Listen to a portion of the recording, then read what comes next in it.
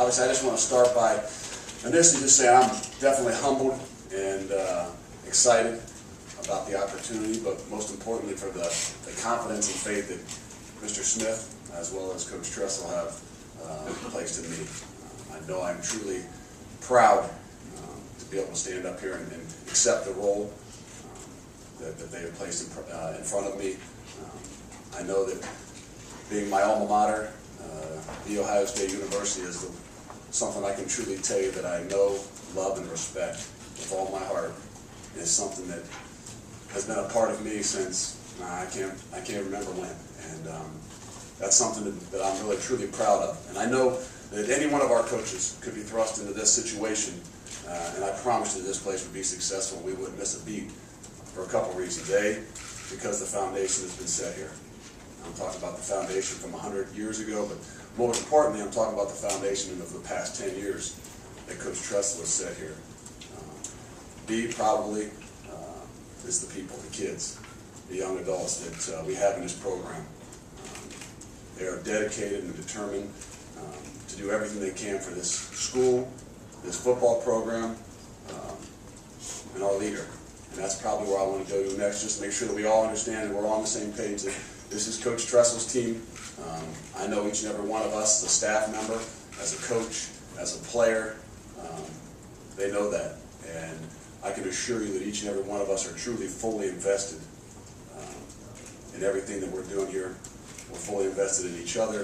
We're fully invested in the team. And most importantly, we're fully invested in Coach Tressel. And I mean, that's probably one of the things I got to make sure that we all understand.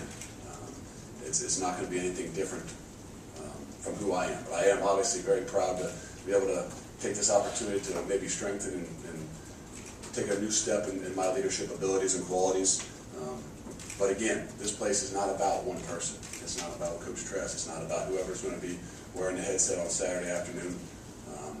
It's much bigger than that. We always know that Ohio State football will never has been, never will be about just one person in particular. It's about Ohio State football, and most importantly, it's going to be about these 2011 Buckeyes.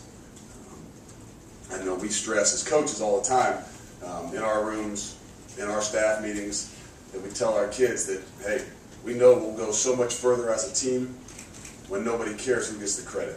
And I think as a coaching staff, we truly live that and believe that. Obviously from Coach Tress from the top down, we get that through to our kids each and every day. We will go so much further when nobody cares who gets the credit. We talk about no credit, and we place no blame and point no fingers. I think that's going to be the key as we go through the whole situation. There's no credit and there's no blame anywhere. We always talk, life is 10% of what happens and 90% of how we respond to it.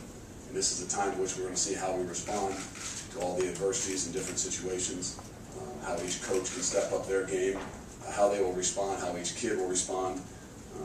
I think that's the exciting thing about it. And then I know that a mentor or somebody I know that I sat down and talked to once told me, when situations like this arise, when you're confronted with things that might draw you away from the true task at hand, where your mind, where your focus is, and he told me from someone that he heard it from too, that as long as your mind and your rear are in the same place, you'll be okay.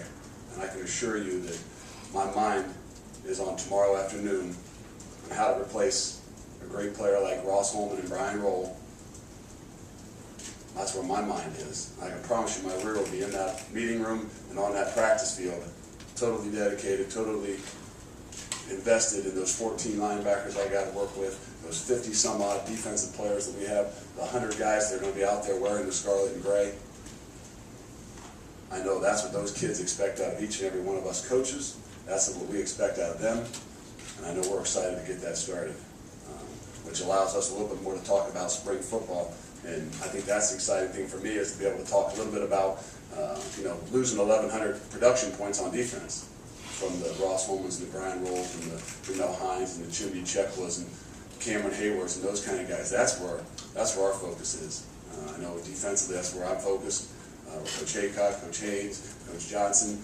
That's 1,100 production points. We haven't had a changeover like that since the 05 to 06 season.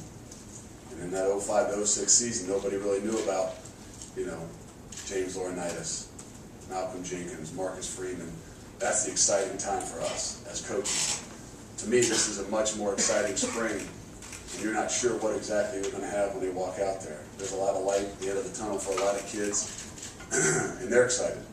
And I think that's the thing that we're excited about as coaches, to be able to truly show that passion, to get rolling here come Thursday. That's an exciting time for me. I don't know if Shelley, if you had any questions. Do you have any questions for Luke? Luke, how do you strike the balance between being the head coach, having that authority as the head coach, when Coach Trussell is still here? How do you strike that during the week in September? How do you strike that on game day? I would have no idea. We haven't set, Coach is not, I've sat down briefly with Coach. He obviously told me the situation, and we haven't really gone over any of the structural things like that. Like I said, you know how this is. We're focused on one thing.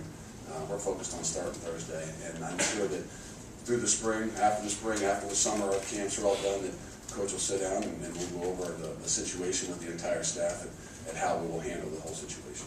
So if you sat in during your idle times in the past and thought about being a head coach, the decisions you have to make during your game and stuff, if you play those things in your mind. Have you been to my house? There's not a whole lot of idle time, but no, I mean, as a coach, I'm sure every single one of us from the time we walked into Ohio State or the time we walked our first coaching job, I mean, we're always watching and learning, and that's the great thing about being here, is to have the ability to watch and learn from one of the best. And I don't think any of us could stand up here and say, no, we've never thought about it and what we would do. But I know this, just like Coach said, we've done everything here by committee, and there's nothing that will change whatever the situation is. Coach mentioned building leadership throughout the players and stuff like that. Will you also use this opportunity just to kind of build your system, what you want to do as a group, whatever? I mean, this is Coach Truss's team. The foundation has been laid, but I think it definitely gives me an opportunity, just in myself, to strengthen maybe some leadership qualities, and maybe it's just on a Saturday afternoon. But the ability to stand there with confidence, to look in each other's eyes, to look in the players' eyes, to look in each coach's eyes, knowing it's all about Ohio State University and the 2011 Buckeyes, but we have to, obviously have that confidence about us. Luke, you feel a little awkward though in this situation. I mean, as you look forward to the first 5 games of the season. Yeah, it'll be different. I mean, like I said, and that's why I wanted to make sure we stated, and every one of us coaches know, and we talked about it, that we know whose team it is, and it's our team. It's the seniors team, and it might be a little bit different, but again, that's something that maybe that idle time that you asked me about over the summer, I don't know when I'll find it, but that I'll address it in my mind or in our head, and we'll address it as a staff. So when you had a conversation with Coach Trussell, what did he explain that he's asking you? It's such a busy time right now. He's just told me the situation in which he went with. He acknowledged that obviously the confidence I think that he has in me or any of our coaches, but this is the situation. It is what it is right now. And he said, hey, when we get through spring ball and we get done with summer and our camps and everything, that we'll sit down and make sure we understand exactly, map out the situation. And he doesn't know exactly his situation. I'm sure he hasn't spent as much time thinking about it because he's focused on what we're going to do here Thursday. Given that just because you'll have to be coaching those 5 games, are you going to approach, even without discussion, you're going to approach the spring practice of the game differently at all? No, I don't think so. I mean, again, Coach always puts people in front. Everybody's got a game that they're a head coach of, so, I mean, you're doing those things throughout the year for the last few years. He'll pick a spring, whatever we do it, and you might be a head coach of a kick scrimmage or something. So our focus is on one thing right now, and I don't think we even have the time. We expect our kids to know what they're thinking and be totally committed to what they're doing right now, and when time comes, I'm sure we'll have the ability to sit down and think about those things. And you said at the start that you have obviously enormous respect for Coach and have taken your faith on the staff transpired. I wonder if you've read the self-report of the NCAA, and if you've read it or if you've not read it, maybe why you could articulate a little bit more why you haven't lost respect or confidence in him given the events that transpired. Well, I know nothing about it.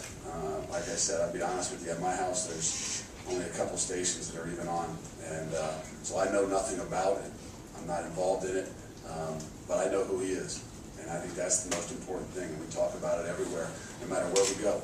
I'll be honest, I mean, I go out, I sell, whether I'm in Florida recruiting, in Pennsylvania recruiting, or in Columbus, Ohio recruiting, the number one thing that I sell outside of just the Ohio State University is Coach Tressel, the foundation, what he set for us, what it means to be a Buckeye, and all the things that he stands for. So I don't think that, we always, people ask, are there going to be any ill effects? How are you going to do recruiting-wise? I said, well, the people that know what it's really about, the people that truly know him, know the situation.